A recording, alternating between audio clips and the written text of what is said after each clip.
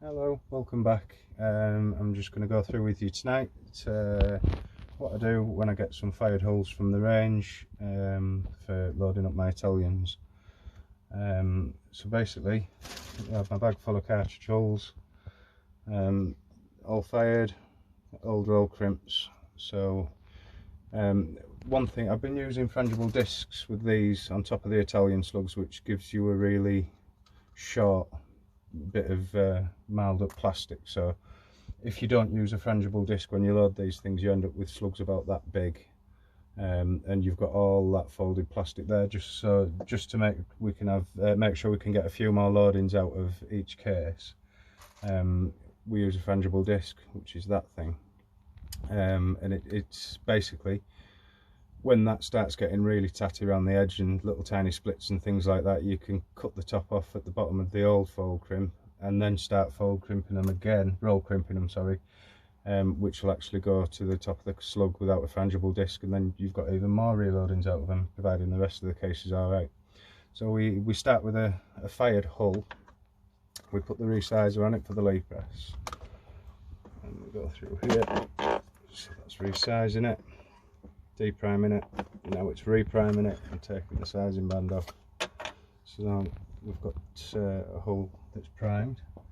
Then, if you remember in one of my other videos, I said I used to use this backwards to act as a spin doctor.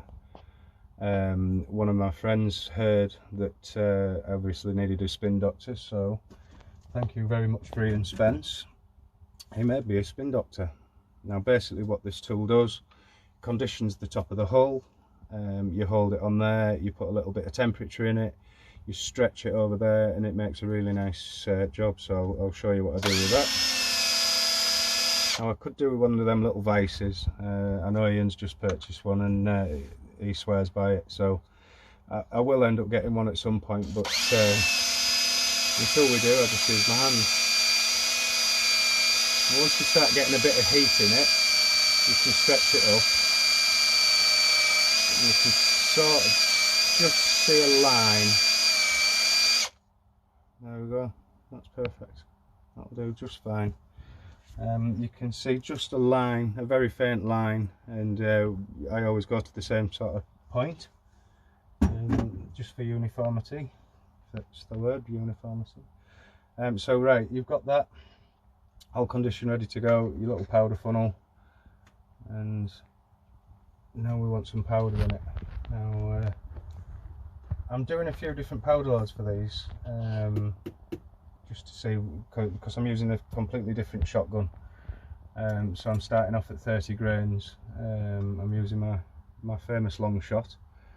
Now some things you viewers might be able to help me with. I've put 25 grains as a minimal charge in some, and because the obturation cup there is so deep, and these plastic hulls, they have a rim inside them. Now when you put 25 grains in and you crimp it all up and you fold it all up, and that's one made there, there's an air gap in between the powder because the wad is sitting on top of that plastic, and there's not just quite enough powder, only slight, but there's not quite enough, so you can hear a rattle.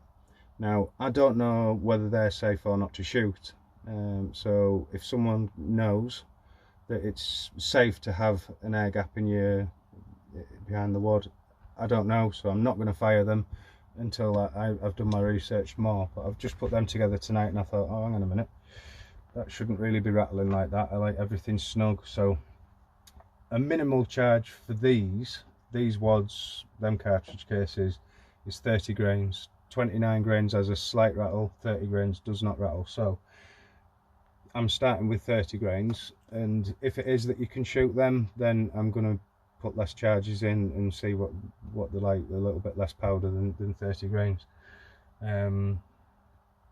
So anyway, we get this at 30 grains, which is there.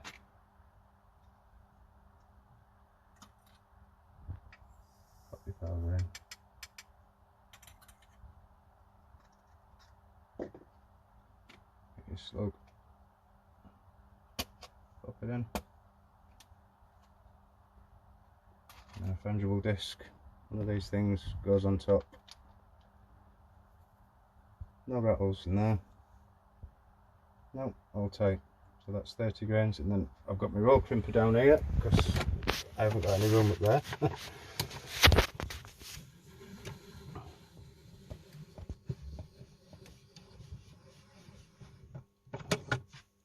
And there we have it, a slug made with 30 grains.